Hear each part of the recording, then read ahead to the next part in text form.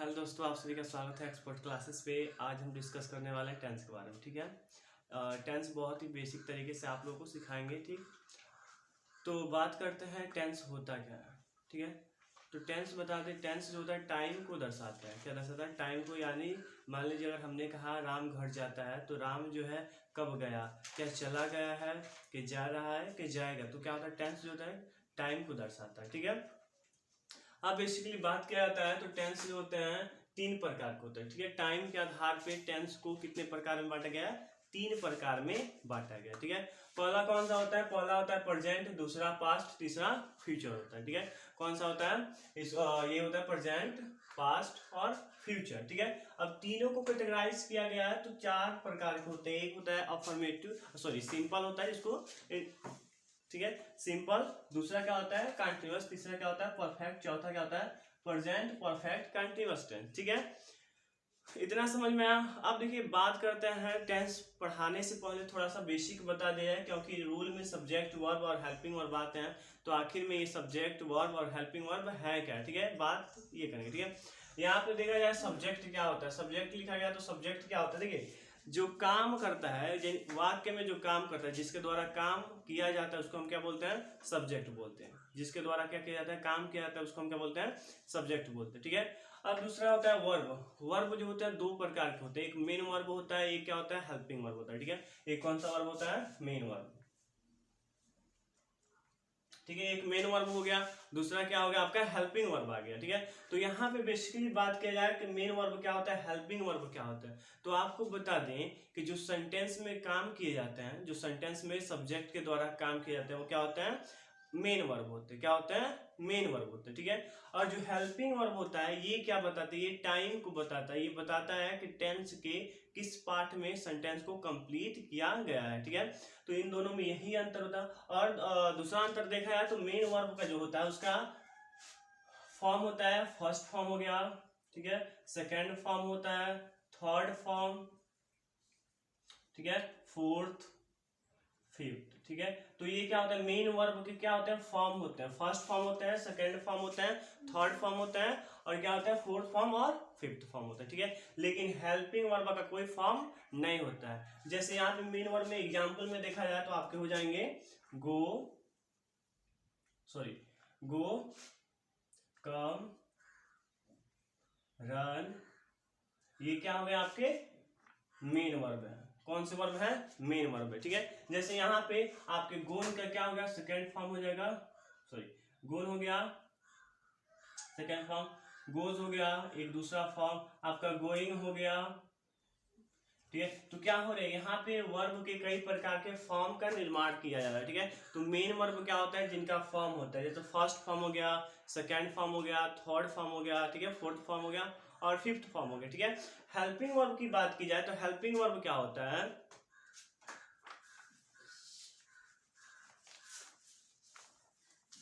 Helping verb क्या होता है? हेल्पिंग वर्ब का कोई भी क्या होता है? पार्ट नहीं होता, यानी कोई फॉर्म नहीं होता। हेल्पिंग वर्ब में आपके हो जाएंगे जैसे डू हो गया, ठीक है, डज हो गया, इज हो गया, एम, आर।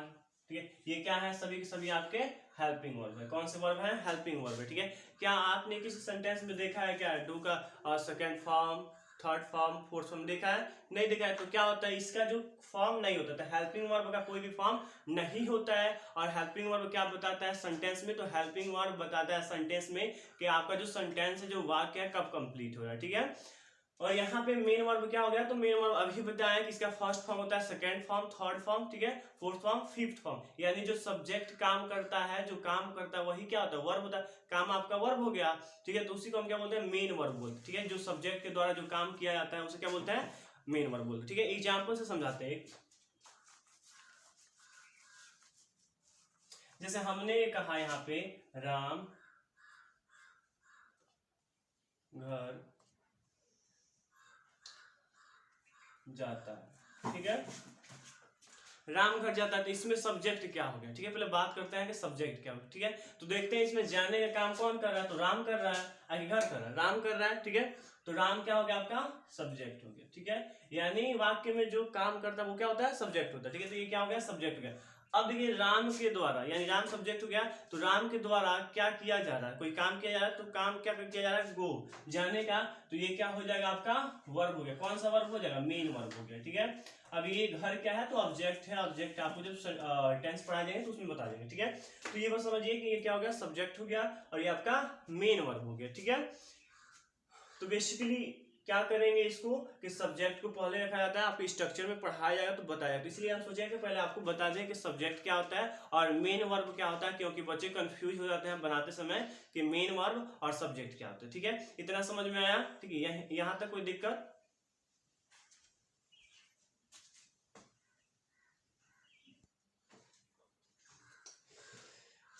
अब देखिए क्या होता है, अभी बताया है जो प्रेजेंट टेंस होता है उसको कितने पार्ट में बांटा गया, 4 पार्ट में, ठीक है। पहला क्या होता है आपका सिंपल, दूसरा कंटिन्यूअस, तीसरा परफेक्ट, चौथा क्या होता है प्रेजेंट परफेक्ट कंटिन्यूअस टेंस, ठीक है।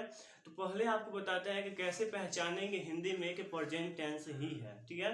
कैसे पहचानेंगे हिंदी में कि प्रेजेंट टेंस है, ठीक है। आपको बता दें यहाँ पे कि जिस किसी वाक्य के अंत में क्या लिखेंगे, यहाँ पे किसी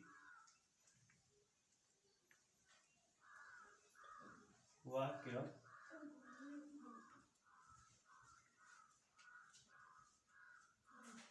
अंत में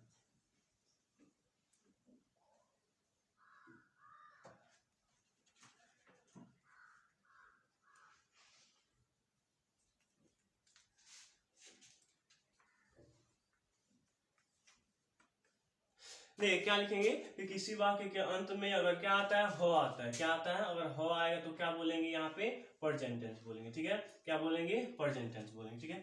तो याद रखिएगा किसी भी वाक्य के अंत में अगर आप ह देखते हैं तो अगर कोई पूछेगा बताइए कौन सा टेंस है, पास्ट है कि प्रेजेंट है कि फ्यूचर है, तो क्या बताएंगे, प्रेजेंट बताएंगे, ठीक है। चाहे वो कंटिन्यूअस वाला हो, सिंपल वाला हो, और क्या होता है अगर परफेक्ट वाला हो, प्रेजेंट परफेक्ट कंटिन्यूअस वाला भी हो, तो क्या करेंगे उसमें ह देखेंगे, ठीक है। अगर ह आता है तो क्या होता है, वो प्रेजेंट का होता है, ठीक है। क्योंकि पास्ट का भी 4 पार्ट होता है, आपको पता होना चाहिए, उसका भी क्या होता है, सिंपल, कंटिन्यूअस, परफेक्ट, और क्या होता है पास्ट परफेक्ट कंटिन्यूअस टेंस, ठीक है। तो उसका भी 4 पार्ट होता है, फ्यूचर का भी सेम पार्ट होता है, ठीक है। तो बच्चे इसमें प्रॉब्लम में ये फेस करते हैं कि हम कैसे पहचानेंगे कि पास्ट का है कि प्रेजेंट का है कि फ्यूचर का है, ठीक है।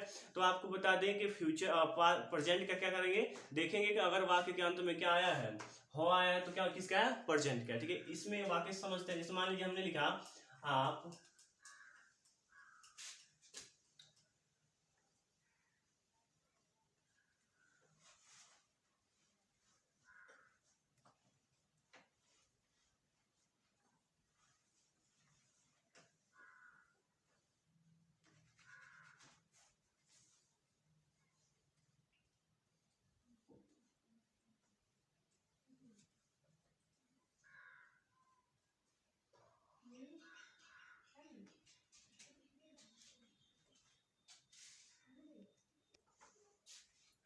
ठीक है। तो यहाँ पे वाक्य देखिए क्या आप सॉरी आप क्या कर रहे हैं, ठीक है। यहाँ पे है क्या, सेम है, क्या है यहाँ पे थ आ गया, ठीक है। तो यहाँ पे क्या है, आप क्या कर रहे हैं, ठीक है। तो अगर आपसे बात किया जाए कि बताइए पास्ट का है कि प्रेजेंट का है कि फ्यूचर का है, ठीक है। फ्यूचर लिखे नहीं है, दो ही लिखे हैं, पास्ट प्रेजेंट लिखे हैं, ठीक है। तो क्या देखेंगे, देखेंगे कि अंत में, यानी अंत का मतलब क्या, लास्ट वाला जो लेटर है, ठीक है, क्या है, ये जो लास्ट वाला लेटर ये देखेंगे, अगर ह आता है तो क्या होगा, प्रेजेंट का होगा, किसका होगा, प्रेजेंट का। तो यहाँ पे देखिए क्या है, ह आया है, तो ये पहला जो वाक्य ये किसका है, आपका प्रेजेंट का है। दूसरा में क्या आया, थे आया है, तो क्या ये प्रेजेंट का है, नहीं है, तो क्या करेंगे, ये किसका है, पास्ट का है, किसका है, पास्ट का। तो यहाँ पे ये बेसिकली याद रखिएगा कि अगर हो आता है तभी क्या होगा, प्रेजेंट का होगा, ठीक है।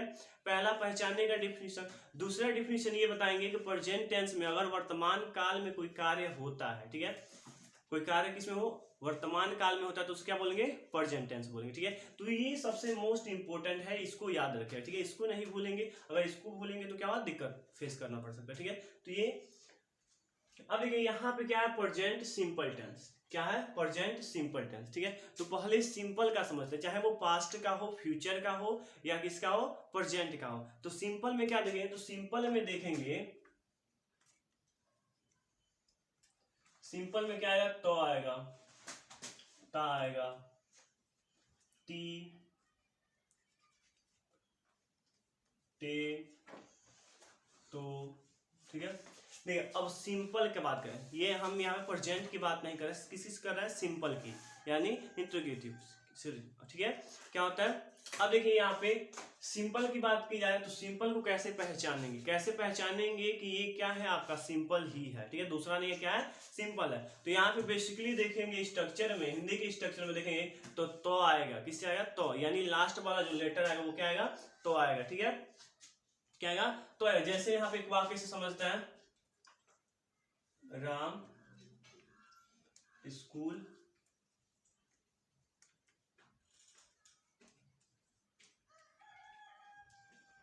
क्या है, राम स्कूल जाता है। तो यहाँ पे क्या देखेंगे, इसको हम नहीं देखेंगे क्योंकि इसको नहीं देखना है, क्योंकि ये प्रेजेंट बता रहा है, ठीक है, और हम बात कर रहे हैं किसकी, सिंपल की बात कर रहे हैं, ठीक है।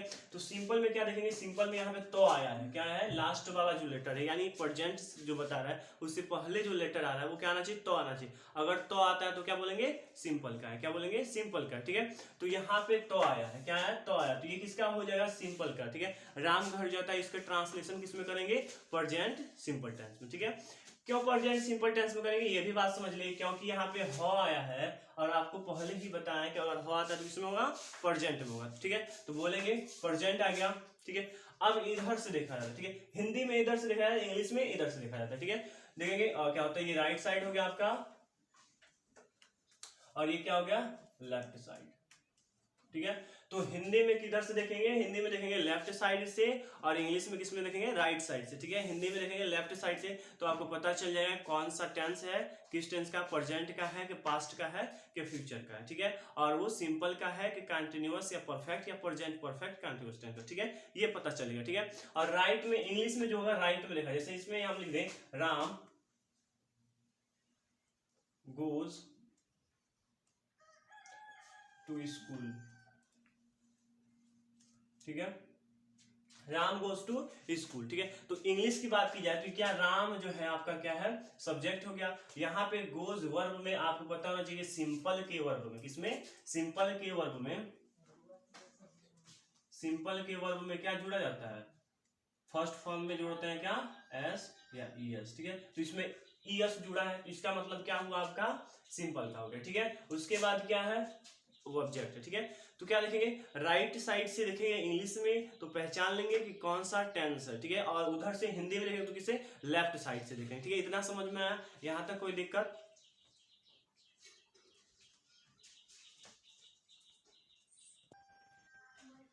चलिए अब बात करते हैं स्ट्रक्चर का, ठीक है। तो सिंपल का स्ट्रक्चर होता है सब्जेक्ट प्लस वर्ब, वर्ब का फर्स्ट फॉर्म में क्या जोड़ेंगे, यस या ईएस, ठीक है, प्लस सब्जेक्ट, ठीक है। तो पहले समझते हैं कि एस और ईएस किसके साथ जुड़ेगा, ठीक है, एस और ईएस किसके साथ जुड़ेगा, ठीक है।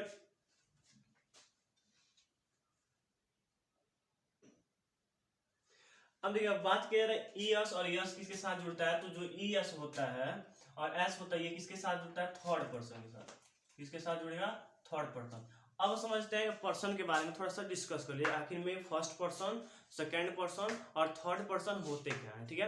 बात की जाए फर्स्ट पर्सन और सेकंड पर्सन और थर्ड पर्सन की, तो फर्स्ट पर्सन जो होता है आई होती, क्या हो गया, आई, ठीक है, फर्स्ट पर्सन हो गया। अब सेकंड पर्सन क्या होता है, जैसे में आपका यू, ठीक है, यू क्या हो गया आपका, सेकंड पर्सन हो गया। अब देखिए, अगर आप हैं अपने बारे में बात करते हैं तो आप क्या है, फर्स्ट पर्सन, यानी जो बोलता है वो क्या है, फर्स्ट पर्सन। हम आपको पढ़ा रहे हैं तो कौन से पर्सन में, हम क्या हुए, फर्स्ट पर्सन हुए, ठीक है।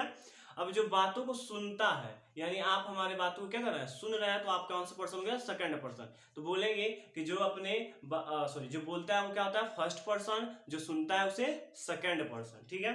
अब थर्ड पर्सन क्या होता है, तो हमें यहाँ पे बात कर रहे हैं, सपोज दैट मान लीजिए राम के बारे में, ठीक है, राम के बारे में बात कर रहे हैं, तो राम कौन सा पर्सन हो गया, थर्ड पर्सन हो गया, कौन सा पर्सन, थर्ड पर्सन। तो याद रखिएगा, जो बोलता है वो कौन सा पर्सन हुआ, फर्स्ट पर्सन, जो सुनता है वो कौन सा पर्सन हुआ, सेकेंड पर्सन, ठीक है, और जिसके बारे में बात की जाती है वो कौन सा पर्सन हुआ, थर्ड पर्सन हुआ, ठीक है। यहाँ तक कोई किसी कोई दिक्कत, ठीक है। चलिए अब देखते हैं यहाँ पे फर्स्ट पर्सन और सेकंड पर्सन, थर्ड पर्सन की बात हो गई, तो अब समझते हैं सिंगुलर और प्लूरल क्या होता है, ठीक है। सिंगुलर का मतलब होता है एक वचन, क्या होता है, एक वचन। प्लूरल का मतलब क्या होता है, बहुवचन होता है, ठीक है। सिंगुलर का मतलब क्या होता है, एक वचन होता है, प्लूरल का मतलब क्या होता है, बहुवचन होता है, ठीक है। अब देखिए यहाँ पे जैसे मान लीजिए सिंगुलर में क्या आ जाएंगे, जैसे मान लीजिए राम, रेहान, मीरा, मैं, वह, क्या है सिंगुलर है क्योंकि हम अकेले हैं, क्या है अकेले हैं। प्लूरल में हो जाएगा जैसे यहाँ पे मान लीजिए वे लोग खेल रहे हैं, ठीक है, हमारे गांव के लोग बात कर रहे थे, हम बाजार में गए थे, तो बाजार में क्या होता है हम लोग बाजार में गए थे, यानी हम और हमारे साथ कुछ दोस्त गए थे, हम लोग गए थे, क्या गए थे लोग गए, तो हम क्या हुए प्लूरल में आ जाएंगे, किस में आएंगे प्लूरल में आएंगे, ठीक है। तो अब इंग्लिश में समझते हैं कि फर्स्ट पर्सन क्या होता है, सेकंड पर्सन और थर्ड पर्सन, ठीक है। फर्स्ट पर्सन क्या होता है आई, क्योंकि हिंदी में अभी आपको समझाए हैं कि जब अपने बारे में बात की जाएगी तो कौन सा पर्सन हुआ, फर्स्ट पर्सन हुआ, ठीक है। अब बात करते हैं सेकंड में, यानी यू, ठीक है, आपका अंग्रेजी और तुमका अंग्रेजी क्या होगा यू, ठीक है। तो यू क्या हो गया आपका सेकंड पर्सन, कौन सा पर्सन हो गया सेकंड पर्सन। क्यों, क्योंकि आप हमारी बातों को क्या कर रहे हैं सुन रहे हैं, क्या कर रहे हैं सुन रहे हैं, तो क्या हो गया आप सेकंड पर्सन, ठीक है। थर्ड पर्सन यहाँ पे क्या होता है, तो जैसे मान लीजिए यहाँ पे थर्ड पर्सन ही हो गया, सी हो गया, एनी नेम, ठीक है, नेम याद रखिए, ही हो गया, सी हो गया, एनी नेम, ये क्या है थर्ड पर्सन है, कौन से पर्सन है थर्ड पर्सन है, ठीक है, कौन से पर्सन है यहाँ पे थर्ड पर्सन, ठीक है। नेम में क्या होता है, तो नाम क्या होता है, नेम का हिंदी क्या होता है नाम होता है, जैसे मैं मान लीजिए साहिद मान लीजिए, सहीना मान लीजिए, ये रेहान मान लीजिए, ठीक है, आहिल मान लीजिए, सत्यम मान लीजिए, राहुल मान लीजिए, ये क्या है सभी के सभी क्या है नाम है, क्या है नाम है, ठीक है। तो यहाँ पे फर्स्ट पर्सन सेकंड पर्सन में उम्मीद करते हैं किसी कोई दिक्कत नहीं होगा, ठीक है। अब बात करते हैं सिंगुलर और प्लूरल में, ठीक है। तो सिंगुलर का मतलब क्या होता है एक वचन होता है, प्लूरल का मतलब क्या होता है बहुवचन होता है, ठीक है। तो सिंगुलर में कौन कौन हो जाएंगे, जैसे सिंगुलर जो होता है ही हो गया, सी हो गया, यहाँ पे हो जाएगा क्या हो जाएगा ही हो जाएगा, सी हो जाएगा, ठीक है, आई हो जाएगा, यू हो जाएगा, ठीक है, और only name, only one name, ठीक है। प्लूरल में क्या हो जाएंगे दे हो जाएंगे, ठीक है, वी हो जाएंगे, और क्या हो कंबाइन नेम,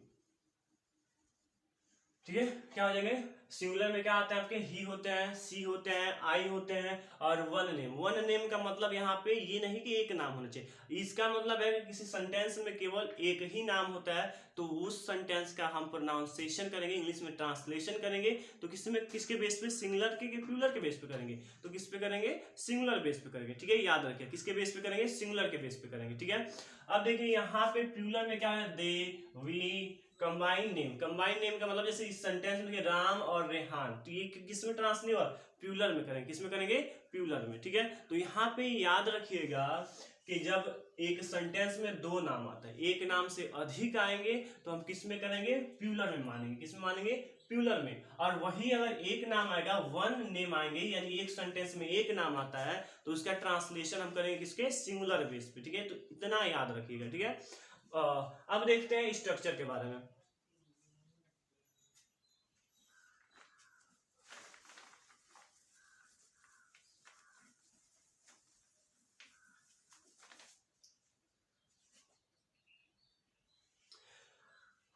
अब देखिए क्या होता है एस, बात करते हैं एस और ई एस का प्रयोग, ठीक है, प्रयोग, ठीक है।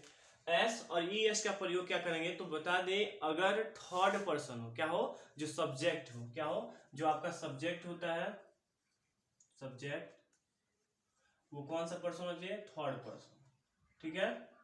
उसके बाद कौन होना चाहिए सिंगुलर, क्या होना चाहिए सिंगुलर, ठीक है। क्या होना चाहिए सब्जेक्ट जो होना चाहिए, यानी अगर सब्जेक्ट आपका क्या है थर्ड पर्सन है और सिंगुलर में है तो हम वर्ब में क्या जोड़ेंगे यस या ईएस जोड़ेंगे, ठीक है। इतना समझ में आया, क्या जोड़ेंगे ईएस और यस जोड़ेंगे, ठीक है। कब जोड़ेंगे जब क्या हो आपका सब्जेक्ट क्या होना चाहिए थर्ड पर्सन हो और सिंगुलर नंबर हो, क्या हो थर्ड पर्सन और सिंगुलर नंबर, ठीक है। तो कमेंट में बताइए कि थर्ड पर्सन क्या होता है, क्योंकि अभी बात किए हैं आप लोगों के सामने कि थर्ड पर्सन क्या होता है, ठीक है। तो बताइएगा थर्ड पर्सन क्या होंगे, ठीक है। ये बताइए क्या जो राम है, राम जो है आपका क्या है थर्ड पर्सन है कि फर्स्ट पर्सन कि सेकंड पर्सन, कमेंट में बताइएगा, ठीक है।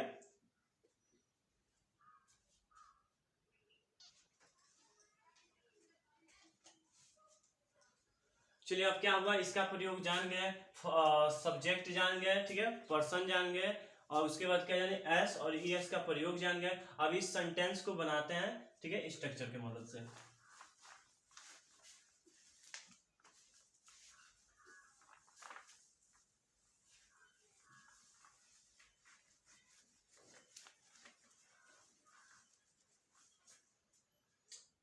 चलिए यहाँ पे वह गाना गाता है, तो पहले पहचानते हैं क्या है, लेफ्ट साइड से देखते हैं, ये लिखते हैं आर एच एस, ठीक है, ये लिखेंगे एल एच एस, ठीक है।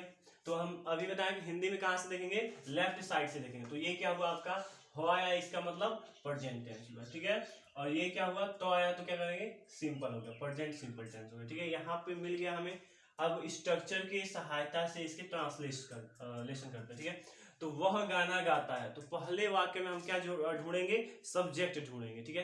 तो सब्जेक्ट क्या होता है, तो अभी बताएं आपको कि सब्जेक्ट जो काम को करता है, वाक्य में काम करता है। तो यहाँ पे कौन सा काम, गाना गा रहा है कोई, तो कौन गाना गा रहा है, वह गाना गाती है, ठीक है। तो वह क्या, अंग्रेजी क्या लिखेंगे, यहाँ पे लिखेंगे सी, क्योंकि आपको पता होना चाहिए कि अगर वो मेल होता है तो क्या लिखते हैं, ही लिखते हैं, लेकिन यहाँ पे क्या है, फीमेल है। अब पहचानेंगे मेल और फीमेल, कब लगाएंगे ही और कब लगाएंगे सी, ठीक है। अगर यहाँ पे तो आता, यहाँ पे ती आया है, अगर तो आता है, ते आता है, तो क्या लगाते हैं, ही का प्रयोग करते हैं। सब क्या करते हैं, ही का प्रयोग करते हैं, ठीक है, याद रखें। लेकिन यहाँ पे ती आएगा तो क्या करेंगे, सी का प्रयोग करेंगे, ठीक है। यहाँ पे बस देखेंगे और कहीं देखने की जरूरत नहीं है, ठीक है। सी, उसके बाद क्या करेंगे, वर्ब है, क्या है आपका, वर्ब है। तो वर्ब का क्या होगा, वर्ब इसमें कौन क्या है, गा रही है, तो क्या लिखेंगे, क्या कर रही है, गाना गाने के कार्य कर रही है, ठीक है। तो लिखेंगे मीरा सिंग, ठीक है, अ सॉन्ग,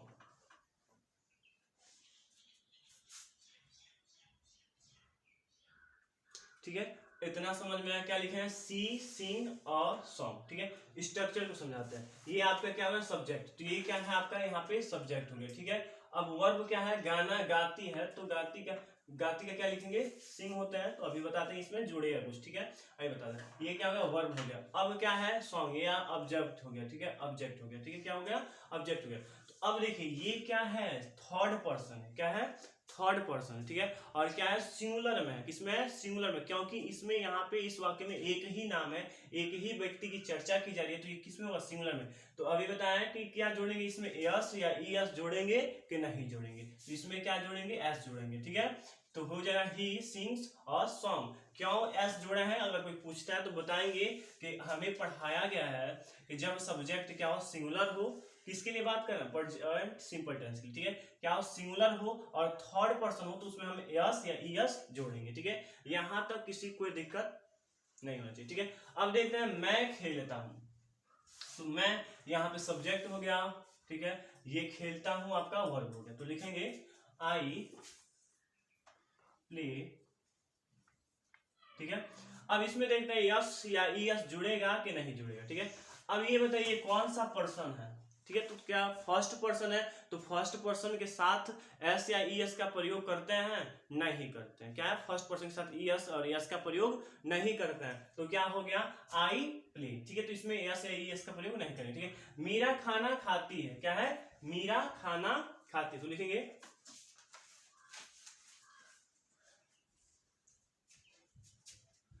इसको मिटा देते हैं,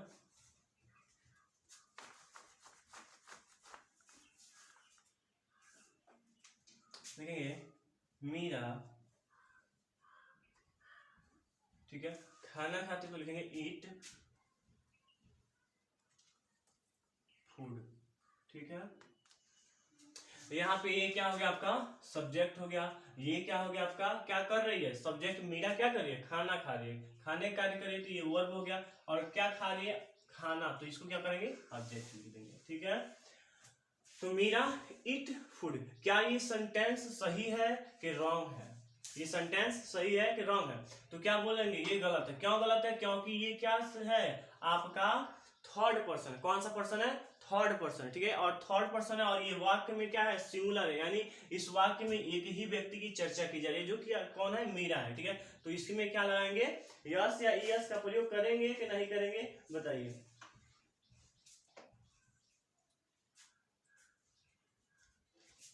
चलिए जोड़ेंगे, एस जोड़ देंगे, क्या जोड़ेंगे, मीरा इट्स फूड, ठीक है, समझ में आया। अब इसमें क्या है, राम और रेहान, तो लिखेंगे सब्जेक्ट ये है इतना, तो लिखेंगे राम एंड रेहान क्या कर रहे हैं, नाच रहे हैं, डांस। अब हमको बताइए ये क्या है, थर्ड पर्सन है, राम और रेहान क्या है, नाम है, तो नाम किस में आता है, थर्ड पर्सन में आता है कि नहीं आता, तो ये थर्ड पर्सन आ गया। अब हमको बताइए कि ये क्या, इस वाक्य में कितने व्यक्ति हैं, 2 व्यक्ति है, तो इस वाक्य का प्रयोग जो है प्यूलर में करेंगे ना कि सिंगुलर में, तो इसमें यस या यस नहीं जुड़ेगा, ठीक है। अब इसको आप कमेंट बॉक्स में बनाइएगा, मैं रोज स्कूल जाता, ठीक है, इसको बनाइएगा कमेंट बॉक्स में, ठीक है, क्योंकि प्रैक्टिस करना क्या है जरूरी। अगर आप प्रैक्टिस नहीं करेंगे तो क्या होगा, आप सीख नहीं पाएंगे, क्योंकि चाहे कोई कार्य करते हैं, चाहे खाना बनाते हैं, ठीक है, पढ़ाई करते हैं या ड्राइविंग करते हैं, डांसिंग करते हैं, सिंगिंग करते हैं, तो क्या होता है, प्रैक्टिस करते हैं, ठीक है, प्रैक्टिस ही क्या है, मोस्ट इंपोर्टेंट है, ठीक है, एक लिए। और इसका ट्रांसलेट कीजिएगा, राधा खाना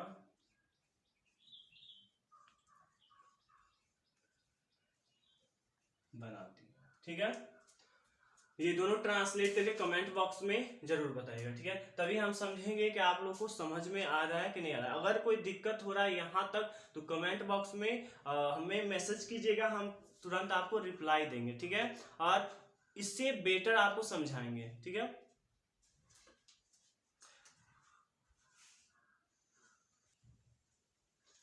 चलिए अब बात करते हैं प्रेजेंट सिंपल टेंस के नेगेटिव वाले सेंटेंस का बात, ठीक है।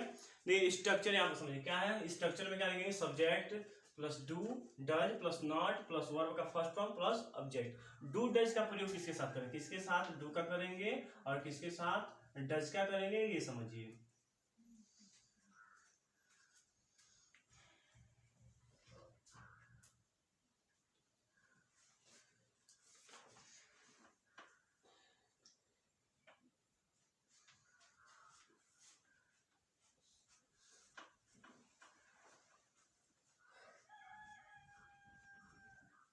नहीं, डू का प्रयोग जो है करेंगे आई के साथ, यू के साथ, ठीक है, और किसके साथ, बहुवचन के साथ,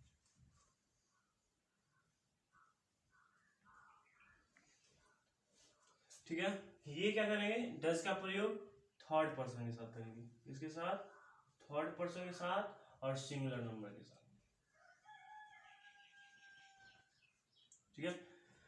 अब देखिए डू का प्रयोग किसके साथ करेंगे, आई के साथ, यू के साथ और बहुवचन के साथ, यानी कर्ता जब क्या हो, आई हो, यू हो और बहुवचन हो तो क्या करेंगे, डू का प्रयोग करेंगे, ठीक है। और बाकी सबके साथ क्या करेंगे, डज का प्रयोग करेंगे, ठीक है।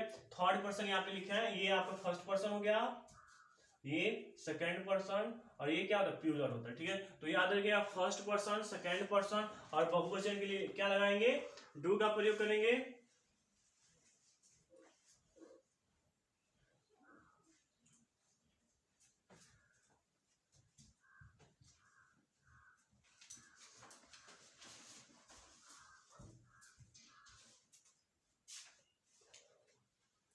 ठीक है, सॉरी क्या करेंगे यहाँ पे, हाँ ठीक है, डू और बहुवचन हो तो क्या करेंगे, डू का प्रयोग करेंगे, यहाँ पे डज और थर्ड पर्सन हो, सॉरी डज के प्रयोग करेंगे थर्ड पर्सन और सिंगुलर नंबर के साथ करेंगे, ठीक है। यहाँ पे वाक्य से समझते हैं, ठीक है, इसको मिटा दे।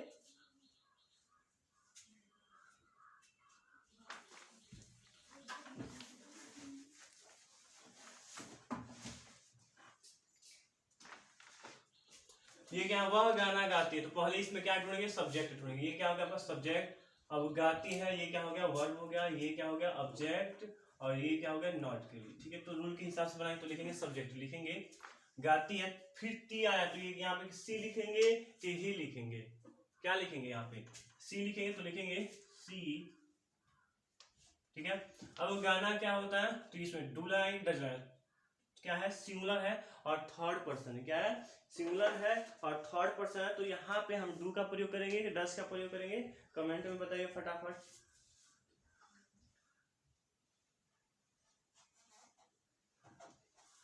क्या लिखेंगे, डज लिखेंगे। तो लिखेंगे ही डज,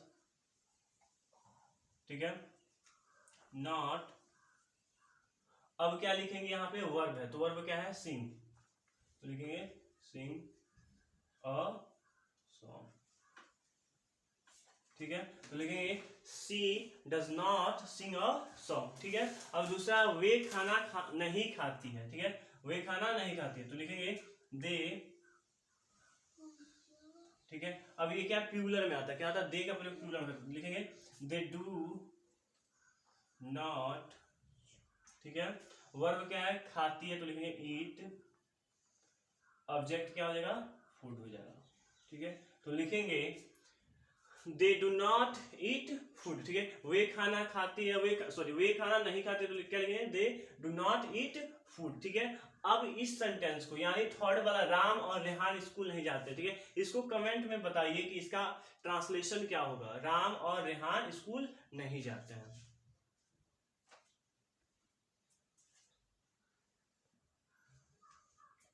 चलिए अब बात करते हैं, थर्ड जो होता है आपका क्या होता है, इंटरोगेटिव सेंटेंस, ठीक है। तो इंटरोगेटिव सेंटेंस क्या होता है, ठीक है। तो इंटरोगेटिव सेंटेंस वह सेंटेंस होता है जिसके माध्यम से कर्ता से क्या पूछा जाता है, प्रश्न पूछा जाता है। क्या पूछा जाता है, कर्ता के बारे में प्रश्न पूछा जाता है, ठीक है। क्या करेंगे, यहाँ पे क्या होता है इंटरोगेटिव सेंटेंस, एक बार और सुन लीजिए। क्या होता है कि कर्ता के बारे में प्रश्न पूछा जाता है। इंटरोगेटिव सेंटेंस किसे बोलते हैं, फटाफट बताइए, एक बार हमारे साथ बोलिए। क्या होता है, कर्ता के बारे में प्रश्न पूछा जाता है, उसी को हम क्या बोलते हैं, इंटरोगेटिव, यानी प्रश्नवाचक शब्द को क्या बोलते हैं, इंटरोगेटिव। तो याद रखिएगा कि किसी भी सेंटेंस में अगर प्रश्नवाचक शब्द आता है, क्या आता है, प्रश्नवाचक शब्द, जिससे क्वेश्चन पूछा जाए आपसे, क्वेश्चन के आस्क किया जाए, उसका ट्रांसलेशन जो करेंगे किसमें करेंगे, इंटरोगेटिव में, ठीक है। तो याद रखिएगा, फिर एक बार हमारे साथ बोलिए कि प्रश्नवाचक शब्द, अगर किसी वाक्य में प्रश्नवाचक शब्द आता है तो उसका हम हिंदी से इंग्लिश में ट्रांसलेशन किसके माध्यम से करेंगे, इंटरोगेटिव के रूप में करेंगे। किसके करेंगे, इंटरोगेटिव के रूप में, ठीक है। जैसे में नेगेटिव वाले में क्या कर रहे थे कि नकारात्मक आ रहे थे, यानी नहीं आ रहा था, अगर वाक्य में नहीं आता है तो क्या करेंगे, निगेटिव बनाएंगे, और जब प्रश्न पूछे जाएंगे कर्ता के बारे में तो क्या करेंगे, इंटरोगेटिव बनाएंगे, ठीक है। अब स्ट्रक्चर को समझते हैं। स्ट्रक्चर आपको क्या होता है, do does plus subject plus verb plus object, ठीक है। दूसरा इसका होता है WH plus do does plus subject plus verb plus object. तो क्या होता है, दूसरा नियम क्या होता है, WH प्लस डू डज, ठीक है, plus subject plus verb plus object, ठीक है। अब ये बात करते हैं कि कब लगाएंगे WH वाला, कब लगाएंगे डू डज वाला, ठीक है। कब सहायक क्रिया पहले लिखेंगे इंग्लिश में, और कब जो होता है पहले प्रश्नवाचक शब्द का अंग्रेजी लिखेंगे, ठीक है। तो यहाँ पे समझने वाली बात ये है कि अगर प्रश्नवाचक शब्द वाक्य के बीच में आते हैं, क्या आते हैं, बीच में, जैसे में यहाँ पे वाक्य देखिए पांचवा, क्या है, आप क्यों खाना खाते हैं, ठीक है। तो प्रश्नवाचक शब्द, यानी जो ये प्रश्नवाचक शब्द है ये वाक्य के कहाँ है, बीच में है, कहाँ है, बीच में। तो याद रखिएगा कि अगर प्रश्नवाचक शब्द वाक्य के बीच में आता है, सब्जेक्ट को छोड़ के कहीं भी आता है, या फिर समझ लीजिए कि वाक्य के बीच में आता है, तो क्या करेंगे, WH का प्रयोग करेंगे। क्या करेंगे, WH वाला लगाएंगे, ठीक है। अगर दूसरा नियम है कि अगर प्रश्नवाचक शब्द क्या आए, पहले आए, क्या है, स्टार्टिंग में, जैसे पहला दूसरा तीसरा वाक्य देखिए ध्यान से, तो इसमें क्या है, प्रश्नवाचक शब्द क्या है, पहले आ रहा है, ठीक है। तो याद रखिए अगर प्रश्नवाचक शब्द पहले आता है तो क्या करेंगे कि डू डज का प्रयोग करेंगे। किसका प्रयोग करेंगे, डू डज का प्रयोग करेंगे, ठीक है। इतना समझ में आया, ठीक है। अब ट्रांसलेट करते हैं, ट्रांसलेट कैसे करेंगे, ठीक है। जैसे यहाँ पे है क्या मैं खाना खाता हूँ, पहले वाले रूल का प्रयोग करेंगे यहाँ पे, क्योंकि प्रश्नवाचक शब्द क्या है, पहले है, ठीक है। तो क्या हो गया, क्या मैं खाना खाता हूँ, तो लिखेंगे इसका अंग्रेजी ट्रांसलेट करेंगे, लिखेंगे डू, ठीक है। सब्जेक्ट है तो यहाँ पे क्या है, मैं, तो लिखेंगे आई। उसके बाद क्या है, वर्ब है, तो वर्ब क्या है यहाँ पे, ईट, ठीक है, फूड प्लस क्वेश्चन मार्क लगाएंगे, ठीक है। क्या हो गया, डू आई ईट फूड, ठीक है। क्या होता है, डू आई ईट फूड, ठीक है। क्या होता है, डू आई ईट फूड हो जाएगा। ठीक है, तो कैसे हुआ ये थोड़ा सा ध्यान से देखा है, हिंदी में भी थोड़ा सा समझने की कोशिश किया है। तो पहले क्या लिखेंगे, इसका अंग्रेजी समझ लिए, सपोज दैट ये लिख रहा है। ठीक है, अगर क्या आता है, पहले आता है प्रश्नवाचक शब्द, तो हेल्पिंग वर्ब लिखेंगे, तो लिखेंगे डू हेल्पिंग वर्ब लिख दी, उसके बाद इसका अंग्रेजी लिखेंगे, तो क्या हो गया, आई हो गया। अब देखिए, अब इधर से स्टार्ट करेंगे, तो लिखेंगे ईट। ठीक है, खाने का क्या होता है, ईट, और क्या होता है, फूड। ठीक है, समझ में आया। दूसरा वाक्य, क्या आप स्कूल जाते हैं, तो लिखेंगे do you go to school, question mark. ठीक है, क्या है, do you go to school. ठीक है, इतना समझ में आया। ठीक है, तीसरा वाला वाक्य जो आप बनाएंगे। ठीक है, क्यों आप बनाएंगे, क्योंकि जब आप बनाएंगे तो आपका प्रैक्टिस होगा। ठीक है, और प्रैक्टिस होगा, अगर आप कहीं पे मिस्टेक करते हैं और हमारे कमेंट बॉक्स में आता है, तो हम क्या करेंगे, आपको और गाइड करेंगे और अच्छे तरीके से आपको स्पेशल पढ़ाएंगे। ठीक है, तो क्या करेंगे, कमेंट में बताएंगे इसका। ठीक है, अब देखते हैं ये दूसरे नियम वाला WH वाला, इसका ट्रांसलेशन कैसे करेंगे।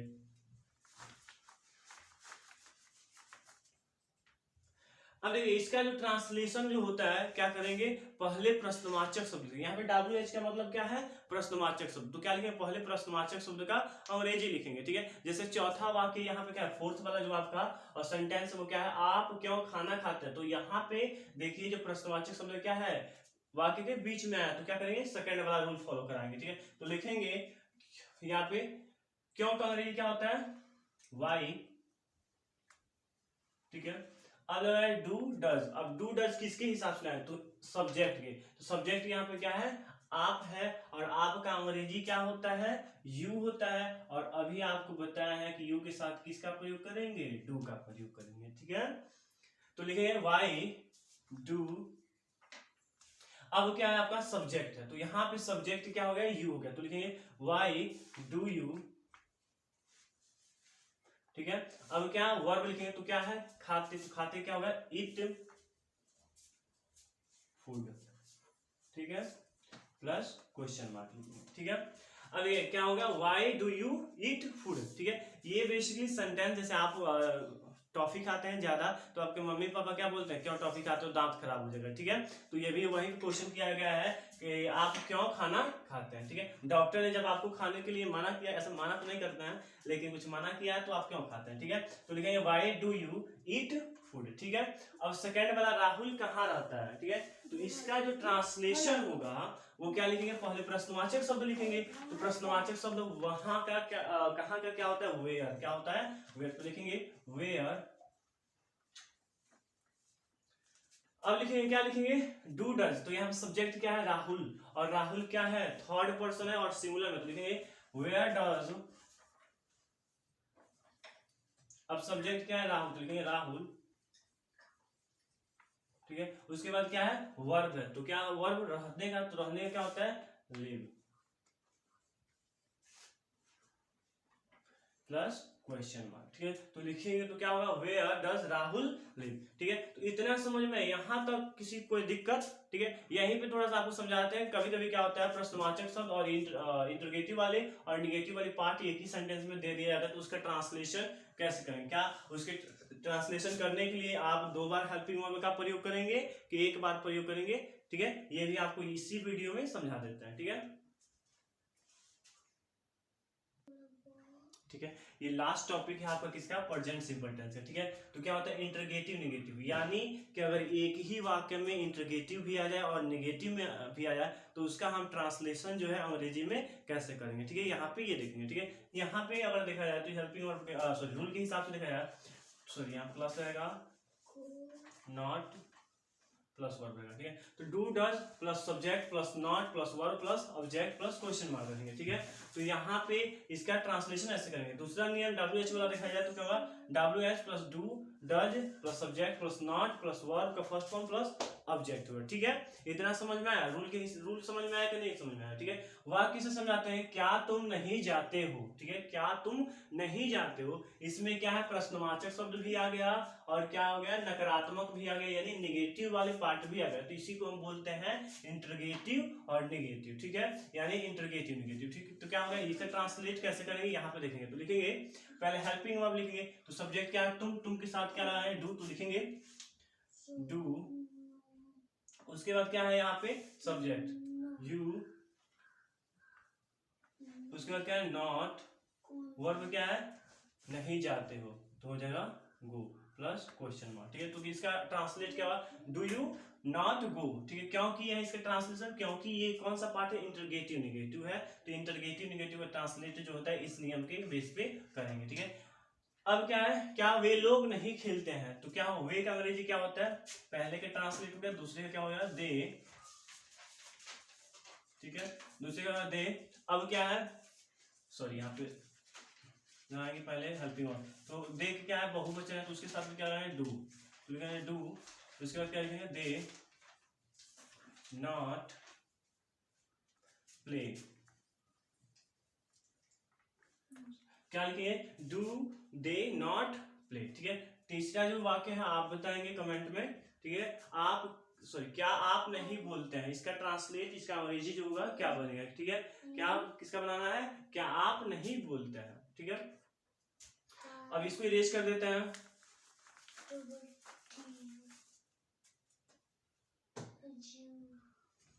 अब देखिए दूसरा क्या है, WH plus do does plus subject plus not plus verb का फर्स्ट फॉर्म प्लस ऑब्जेक्ट, तो इसका ट्रांसलेट करेंगे आप क्यों नहीं जानते हैं। ठीक है, तो लिखेंगे क्यों का अंग्रेजी क्या होता है वाई, तो लिखेंगे वाई। ठीक है, अब क्या है हेल्पिंग वर्ब, तो लिखाएंगे वाई। अब सब्जेक्ट देखते हैं, सब्जेक्ट क्या है आप, यानी सेकंड पर्सन, तो सेकंड पर्सन के साथ क्या लाएंगे डू, तो लिखेंगे वाई डू। अब सब्जेक्ट टू क्या होगा यू। ठीक है, नहीं जाते हो नॉट गो। ठीक है, क्वेश्चन क्या लगाएंगे इसका, why do you not go. ठीक है, इसका ट्रांसलेट क्या होगा, why do you not go. ठीक है, अब जो है ये पांचवा वाक्य है, इसको आप कमेंट बॉक्स में बनाएंगे। ठीक है, तो आज के लिए इतना ही। उम्मीद करते हैं कि आपको प्रेजेंट टेंस में कोई दिक्कत नहीं होगा, ना ही आप टेंस पहचानने में कोई प्रॉब्लम होगा आपको, और ना ही इसको ट्रांसलेट करने में प्रेजेंट सिंपल टेंस जो है एक ही वीडियो में आपको बताया और बहुत अच्छे तरीके से और डीपली बताया। ठीक है, आपको स्कूल में या फिर अन्य यूट्यूबर क्या ऐसे नहीं पढ़ाते हैं। ठीक है, तो अगर ऐसे ही लगातार वीडियो चाहते हैं और चाहते हैं कि आप टेंस बनाना सीख ले और इंग्लिश बोलना सीख ले, तो हमें यूट्यूब पे फॉलो कीजिए। तो ये चैनल को सब्सक्राइब कर दीजिए ताकि हमारे हर आने वाले वीडियो का नोटिफिकेशन आप तक पहुंचता रहे। ठीक है, thanks for this watching video.